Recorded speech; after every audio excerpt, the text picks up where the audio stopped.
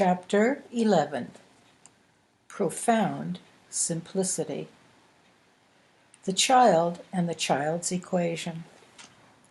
Note to the reader. Remember again, we are writing now to achieve an overtone within the reader. Quite beyond the words written here, which may seem unnecessarily sharp to some, is something grander. What? The reader's own dawning light of life. Giving goes in two directions. We have noted that the two aspects of giving are like the seed giving its root to earth, Caesar, and its limbs to the air, Spirit.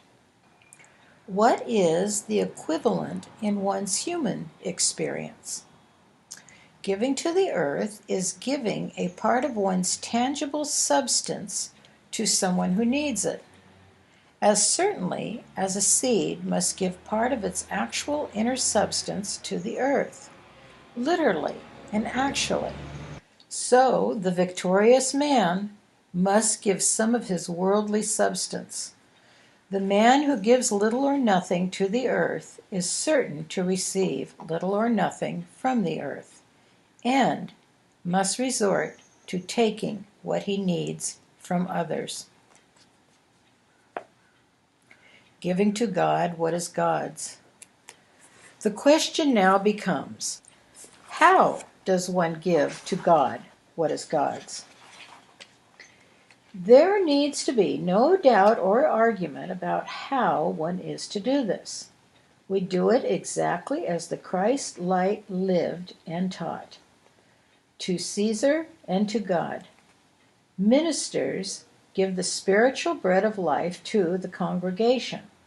The metaphysician who talks to his friends about the wonders of truth in his personal affairs is doing the same, in different words and in different contexts. But these two actions, the ministers and the metaphysicians, are the same. Such giving is precisely what Jesus meant. He lived this activity with a ministry everyone is familiar with. Then that light of life told those who could hear his voice to go and do as he had done, to tell the story and heal the sick. The objectivist churchman gives freely of his tangible wealth, but often he doesn't give so freely of his own inner glimmers. In the world, there is a great reluctance to talk about things so personal and meaningful. If there is talk at all, it is usually expressed in the words of some respected spiritual authority or quoted as scripture until one becomes little more than a walking anthology for the words of other people. This is hardly being a spokesman for one's own gift of light. One's own light is left unwritten, unstated, and sadly unreflected. As a matter of fact, the churchman often has little he can say about the sweet, glimmering joys of the inner gift, because those sparks come primarily from giving them. The orthodox schools are more likely to make moral, psychological, and ethical gift statements to others, or statements from scriptures that support an organizational view of salvation. These statements, from object to object, about objective experiences, are the first step. But when the subjective idea dawns and we realize that the world lives within the awareness that sees it, our gifts to the world become quantum in their power. It may appear we are giving to one needy man or woman, but we are giving subjectively to the universe of man. On the other hand, having heard of oneness, and having experienced some intimation of the power of subjectivism in his affairs, the student of truth is more likely to give that aspect of truth to his acquaintances. But glimpses do not continue to come from that activity either, unless one is giving his substance to the world as well. And here we have the strange blind bind of Metadelphia and its extreme position in absoluti. Nothing in metaphysical literature to this point in time tells of the child or the child's equation. The whole wonder of giving becomes more remarkable when one does both kinds of giving and receiving. A divine synergism develops, as one quickly finds when he puts this double-barreled action to the test. Absolute bosh and nonsense, Samuel. This is a difficult concept for students of truth, especially those who are hanging tightly to the absolute position that decrees the reality of matter in all its appearances. The metaphysician within myself was certain that charities for human ailments and disasters headed the list of illusions that weren't happening and shouldn't be supported. The absolute position insists that broken hearts and cancer are not real and do not exist. The paradox is, they don't actually, but this is not the point here. They seem to exist, and we are dealing with the seeming, however absolute and isolated we think we've become. The consciousness of need appears in the same seeming world the metaphysician denies and ignores. Wherever one has been able to move beyond this peculiar to metaphysics barrier sufficiently to get up, get out, and give to a charity or needy family anyway, that one begins to receive in ways he never thought possible. Still, that much giving is only the first part of it. There remains the other part, and even that is only a bit of the equation. I liken the second kind of giving to the seed's inexplicable gift to the sunlight. It shoots a tiny stem up into sheer nothingness, and when it does, the entire universe gives back to the seed. Even so for the seeker, when he finishes the transaction and gives to God what is God's. In this arena, the objective view of things surrenders before the least glimpse of subjectivism. Nothing is more basic than the following spiritual truth. Giving, the spiritual truth, is the door opener to light, just as giving one's substance is the door opener to worldly riches. I do not believe one receives the real glimmers of truth until that one has given of his storehouse to others, and most certainly he doesn't continue to receive them unless he does. Beyond theory and speculation. These exchanges must be made in actual fact, not merely thought about and considered and judgmentally debated as to their merits.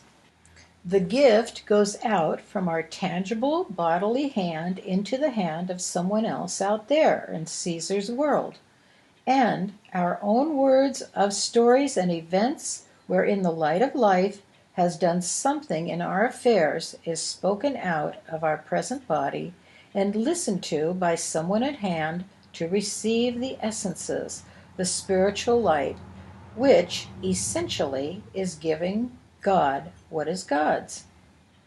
The interface with light and light is not complete until this is done in actual fact.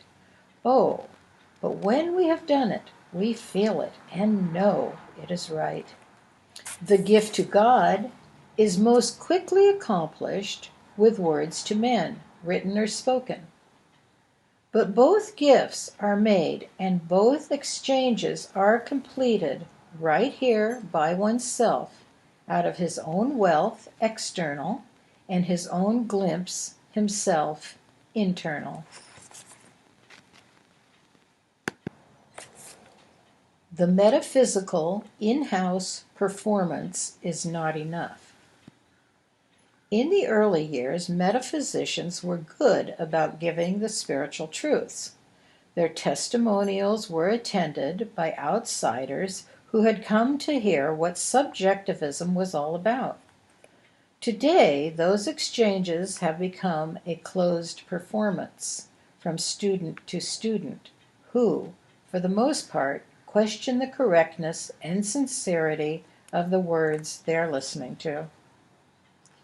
Recently, Rachel and I visited with a lady practitioner who said, "I don't believe those testimonials anymore. Those people don't know what they're talking about because they are so dualistic." Such words hardly come from one who is running with the subjective child of himself. In Metadelphia, that in-house exchange has become as productive as hugging one's own photograph. The spiritual glimpses the metaphysician once received regularly are not arriving as they did, and his church is like a dying tree. One more point that will ring a bell with many readers. The equation has to do with the flow of truth, inside to outside, above to below, and then the other way simultaneously. We learn to receive, too. Have you noticed how hard it is to give things to some people? Metaphysicians are prone to be that way at certain bends of the river. But to accept the gift proffered is to allow the other man to be a giver. We learn to receive as well. Patting the foot in the cathedral. Even more apparent, we see many who have withdrawn from their organizations, where at least they gave a little to Caesar's world, and they are drying up spiritually like prunes, wondering what has happened to their truth. Nothing has happened to their truth. They have stopped sharing it with the rest of themselves. I recall how wonderfully the truth came to me back in those early days of my subjective discovery, when, in grand enthusiasm and naivete, I shared it with everyone who would listen. Ah, but how the glimpses came in those days. Reader, how long has it been since you spoke to a neighbor or a friend about anything the subjective light of light has done for you? How long since you have spoken of subjectivism to anyone outside your little circle of friends? Or how long has it been since you took a needy family under your wing and gave them some of your physical and tangible things they needed? Vaunted churchman and metaphysician, listen. The little backwoods Baptist lady, with hardly enough to feed her family, has very likely done more of the merciful gift-giving necessary to the world than has the metaphysician secluded in his mental tower. Do these words seem unduly brutal? Look for yourself and see how many subjectivists stand in the soup lines serving homeless street people. See how many orphanages and homes for the elderly of all denominations have been built by the metaphysicians of the world. Compared to the works of the old theology, subjectivists and scientists disdain so, their work for the world has been little indeed. While I am still in the world, let my interface be complete. Interface seems to be at the surface with people, but it is deep in the heart of God. You and I come together at the intellectual level of words and conversation, but that level is deep in the child's heart. The child of you and the child of me is the same one, deep in the heart of God. Whether I say anything to you or not, whether we even meet or not, We are already one in the child heart of things. When or if it appears we must talk to one another for any reason, I will strive to bring my heart and my mouth to say the same thing. Therein we will understand each other in harmony. Therefore, I tell you now, above all things else, I will endeavor to speak of the child heart of myself. In so doing, we will be in total harmony, like two old friends who have known each other forever. Why not, old shoe? Why not? The lights of the world have discovered the child. Those who run with the child have found the equation. Those who have found the equation live it because it is like death not to. To live the equation is to look around and about and see wonder everywhere and everything, despite the world's antics. Ah, but then the world sees our seeing and comes to ask about it, that it might see the same. If we are persistent, if we are honest and speak of the heart, if we don't stop until the world has discovered the child and its equation, we will see our world come to confirm our heaven at hand. When will we know we have been persistent enough? When the world ends its warfare and struggle to understand. That is when the final covenant begins to be lived in the external world, confirming our own living of the covenant. As the Bible states, that last covenant is already written in our heart. There is no intermediary between us and it. There is no intermediary between God and us. Therefore, nothing exists between this awareness I am, this child of all, and Godhead itself. Our work isn't finished until we look up and out, around about, and see our subjective selfhood at peace. We complete the transaction. The light thrives and comes in abundance when light's grand transaction is completed. Only when one interfaces with the rest of his world, inside, outside, and stops holding his precious light and substance within himself as if no one existed out there who appears to need the truth. These are the ones whom Jesus warned that if they did not give of the little they had, even the little they had would be taken from them. He said that if they did not bring forth that which is within themselves, they would lose it. Within a man of light there is light, and he lights the whole world. How can he do such a thing? His world is subjective. Back to the journal again. One wonders why these things are not being told and taught in the world. The simple answer is that this fuller revelation of giving and receiving hasn't dawned within either the objective or subjective schools as yet, and it won't until we tell our glimpses and glimmers in just the way we are doing it here. We get out our notebooks and we begin. Well, now, here we come again, yet again, to the place of importance our words occupy, and why we write in our journals as we do. We have found writing to be the most powerful of all disciplines short of the equation itself. It is the natural accompaniment to the discipline into which we all come for a divine purpose, and which we leave when finally we succeed in unbinding our own subjective view of things. Writing allows one to create the best possible interface for giving God's gift to God. The painful melody of joy, overtone. Who are the awakened? Those who have found the child. But they haven't attained the top of the mountain when they first find the child, have they? No, the child within leads them there, showing them how to live the equation. The minister. A minister was invited to visit the second master of Kwong Se.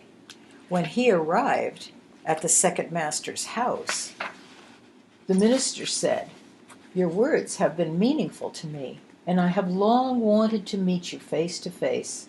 I have given your words to many in the province."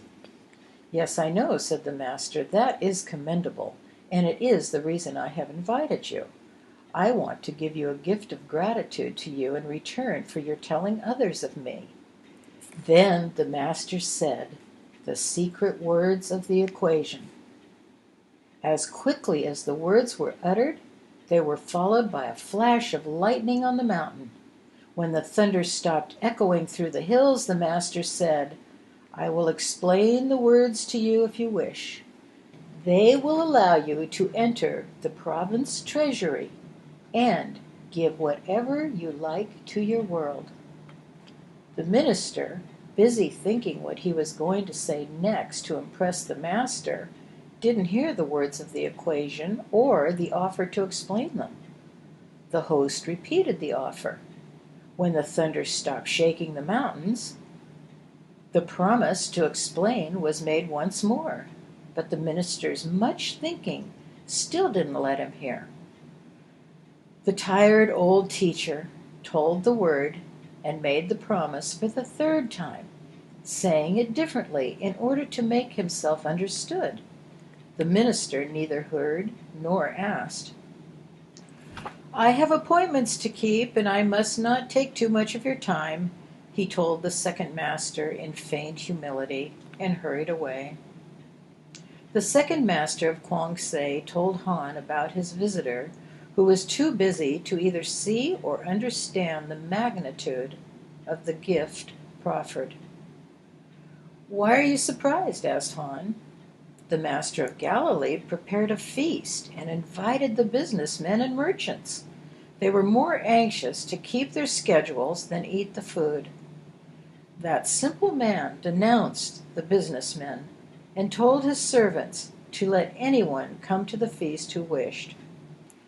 Now, my friend, why should you be surprised that your invited guest hurried on his way, more interested in his bondage than in the way to freedom? Truth seekers are eager to free themselves of pain, but seem unaware they are to resolve the world's pain as well. Subjectivism makes it possible to help the universe entire. We open our doors to those who find us. We talk of the equation to those who are willing to live the equation, because they are worthy of it.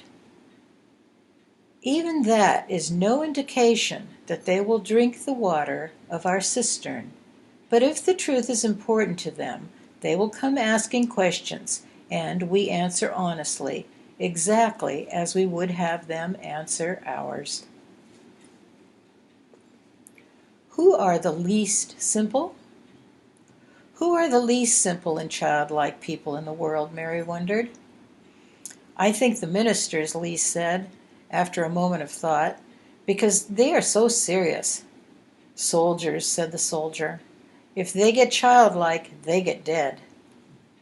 "Young adults," said Ho. "They want so much to be adults.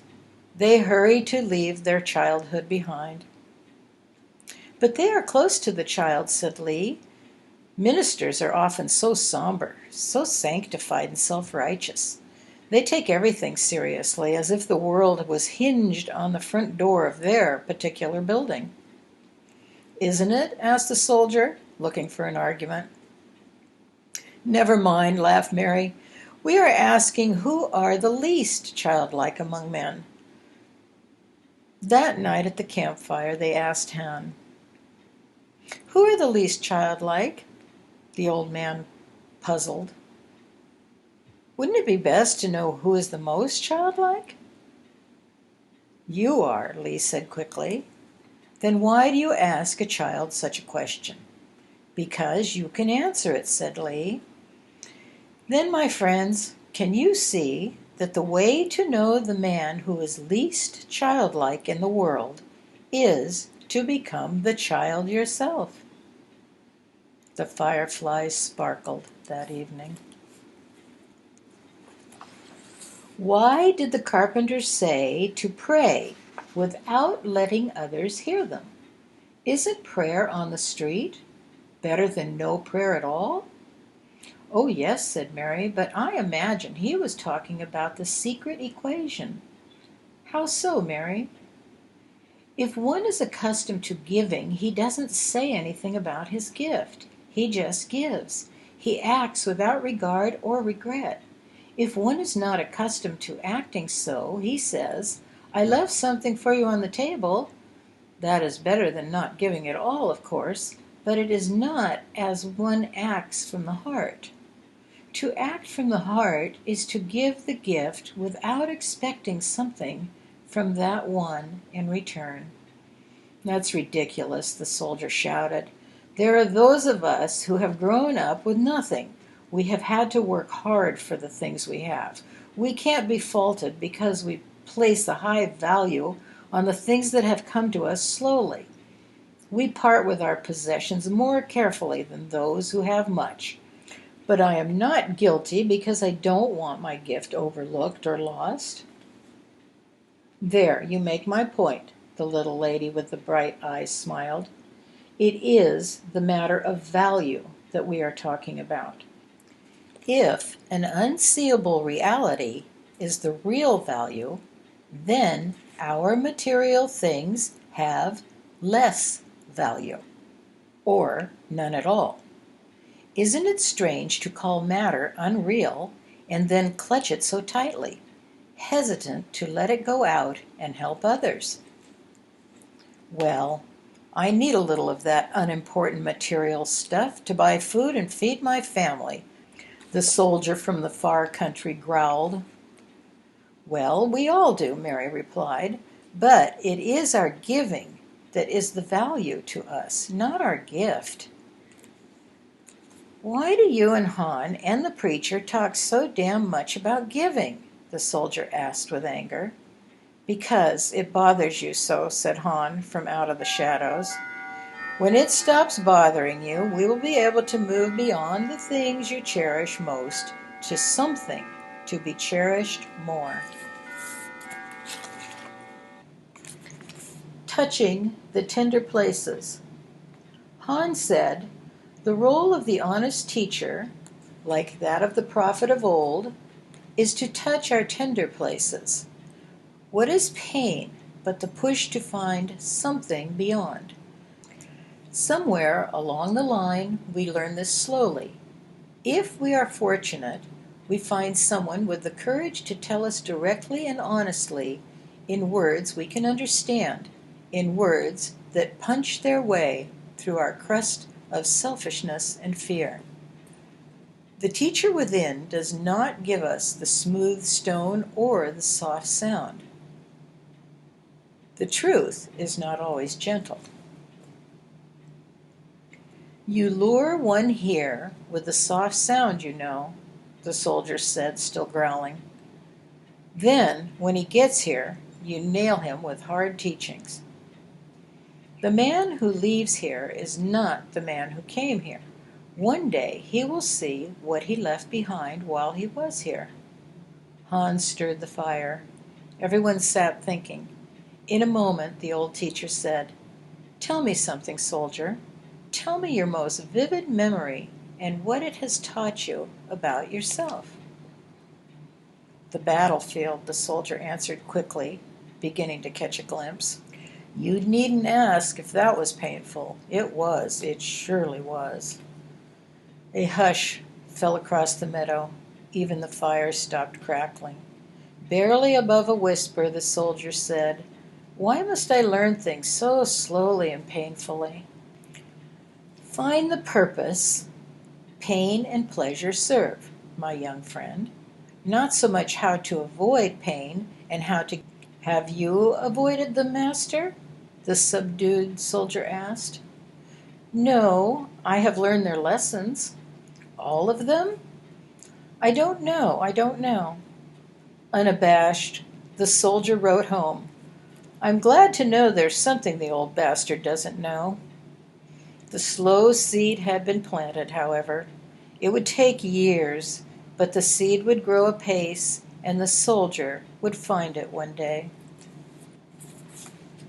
Friend reader, this has been a bell-clanging and pounding chapter. It can be invaluable to the student who is willing to go all the way to the top of confirmation's mountain. My experience tells me that many will feel uncomfortable with these pages, no matter how much the words are softened. But when half the apparent world is starving, and the other half accumulating and gorging itself in sensual gratification, accumulating and storing enough energy to destroy the earth in the process, someone must tell of the equation again. The sincere of myself will grow to appreciate what has been written here when, in the search for happiness, all else has been tried and has failed.